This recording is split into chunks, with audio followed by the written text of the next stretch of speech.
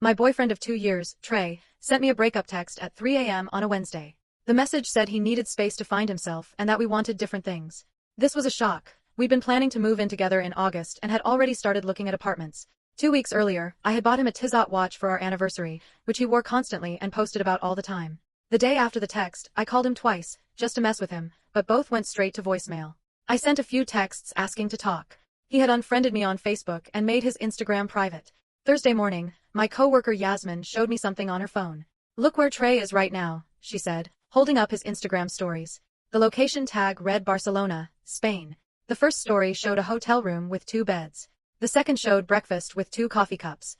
The third showed Trey, wearing my watch, smiling at the person taking the photo. I recognized the hotel immediately. We had bookmarked it 6 months ago while planning a trip we never took, a trip that would have cost $3,000 per person. Yasmin scrolled to the next story, where a blonde girl with a nose ring was tagged, Gemma. I knew her. She worked in Trey's office. I had met her at his company holiday party. The final story showed them at Park Güell, taking selfies. Trey had his arm around her waist in the same pose we used to do. Yasmin was looking at me, probably waiting for me to get excited. I just said, "Thanks for showing me," and walked back to my desk. I screenshotted everything before the stories expired and sent them to my friend Liana. "Look at this absolute clown," I texted. Friday afternoon, I got a Venmo request from Trey for $47. The note read, "Gas money. Thanks." I burst out laughing. He had blocked me everywhere except Venmo. This fool actually thought I would pay him while he was in Spain with another woman. I couldn't stop refreshing their Instagram stories. The train wreck was too entertaining to miss. Saturday evening, they posted photos from a rooftop restaurant I recognized from our shared Pinterest board. Gemma was wearing my watch on her wrist, where it hung like a loose bracelet because it was too big for her. Sunday night, they returned to Chicago. Trey posted a photo from the airport with the caption, "Back to reality." He wasn't wearing my watch. Monday morning, I was checking Gemma's public Instagram highlights and saw something that made me stop. She had posted a screenshot of a Venmo payment to Trey for $1,847 with a note, "Barcelona Fund." The timestamp read, Tuesday, 11:23 p.m. 4 hours before he sent me the breakup text. I sent the screenshot to Liana with laughing emojis. This genius had left a paper trail of his entire scheme. Thursday morning, I got another Venmo request, this time for $23. The note, "Coffee run, you know you want to," with the same emoji he used to send me. I started cracking up. This man actually thought he could treat me like his personal ATM. But what this clown didn't realize was that I knew exactly how to make him come crawling back. And he was going to regret ever messing with me. Exactly 1 week after that pathetic breakup text, I decided enough was enough. I called his office and asked to speak with Trey about shared expenses. The receptionist put me through immediately. He answered, scrambling to find a private place, and said he couldn't talk. I told him that was interesting since he had plenty of time for Instagram stories and Venmo requests. The silence was golden. He got defensive, saying we needed to be mature and give each other space. I asked him point blank about Gemma and Barcelona. He actually had the balls to say I was imagining things. When I mentioned the $1,847 transaction, he went completely silent, then claimed he was just paying her back for team lunches. I laughed so hard I couldn't breathe. I told him I wanted my watch back by Friday and that we needed to meet. He agreed, but only somewhere public. Wednesday afternoon, my sister Vivian called, completely losing her mind. A mutual friend had seen Trey's stories and the news had trickled down to her. He had been complaining to coworkers that I was expensive, which was news to me since I paid for most of our dates. Thursday morning, I got a text from Trey wanting to push our meeting to Saturday. I told him Friday at 6 p.m. at a coffee shop near his office, or I'd be happy to discuss everything publicly at his workplace. Suddenly, his schedule opened up.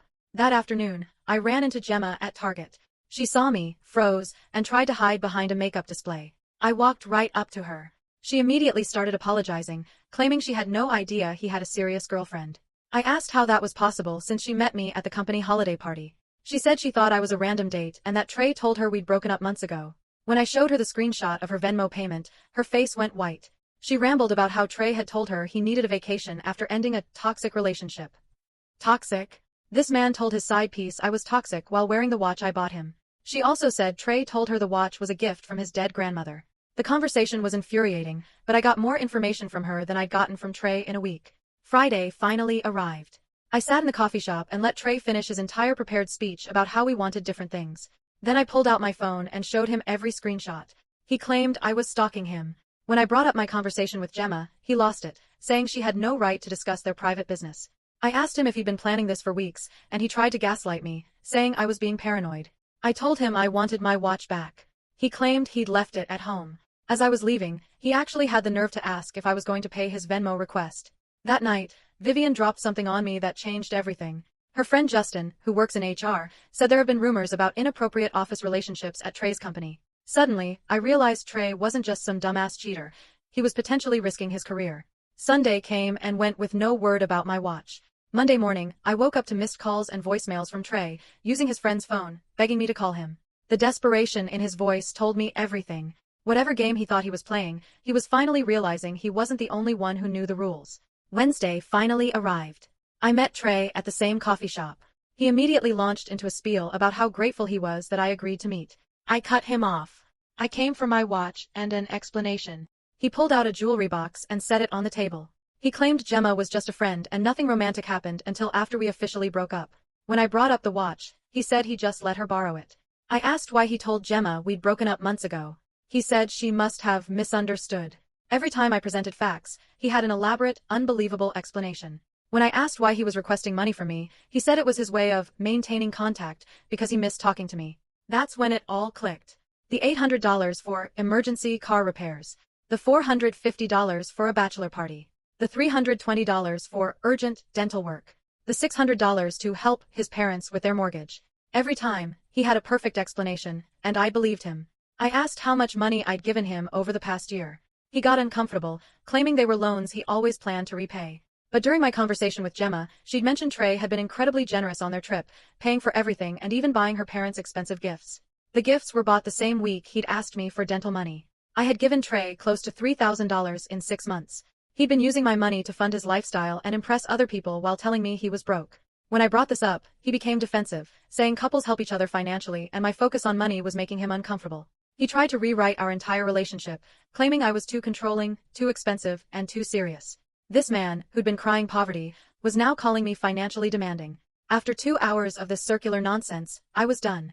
I took my watch and started to leave. He grabbed my arm, saying we weren't finished.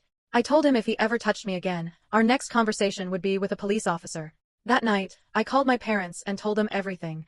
My mom asked if there had been signs I'd ignored, and honestly, there were so many. My dad reminded me that sometimes the best closure is making sure the other person faces real consequences. Thursday morning, I woke up to 5 texts from Trey sent between 2:00 and 4:00 a.m. apologies, excuses, claims that he still had feelings for me, and finally, a suggestion that we try couples counseling. This man was suggesting we work on our relationship. But my mom called with an update of her own. Trey's mother had called her, worried about why Trey was so upset. She also mentioned they were expecting to meet Gemma that Sunday. Trey was playing multiple angles at once, lying to everyone to maintain whatever narrative served him. What he didn't realize was that I was done being a playing piece in his game. Sunday dinner was going to be very interesting. Saturday night, I decided enough was enough. On Sunday afternoon, I drove to Trey's parents' house, knowing Gemma would be there. His mom answered the door, happy to see me, and brought me into the living room where Trey and Gemma were sitting with his dad. The look on Trey's face was pure terror. His parents thought our relationship had ended months ago.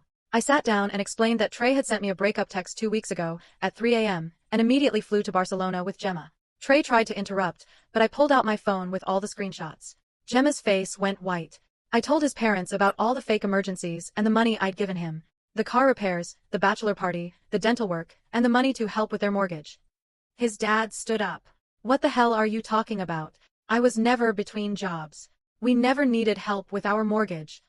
His mom asked about dental problems, which Trey had never mentioned. Gemma added that Trey had bought her parents expensive gifts right before their trip. Trey's mom started to raise her voice. How could you lie to us like this? His dad was pacing. So, you've been taking money from everyone, from us, from her, while spending it on some girl from your office? Instead of apologizing, Trey started attacking me for showing up. His dad exploded. You think she's the problem here? She's the only one telling the truth.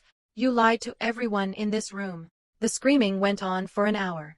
His dad yelling about how they didn't raise a thief. His mom crying about where they went wrong.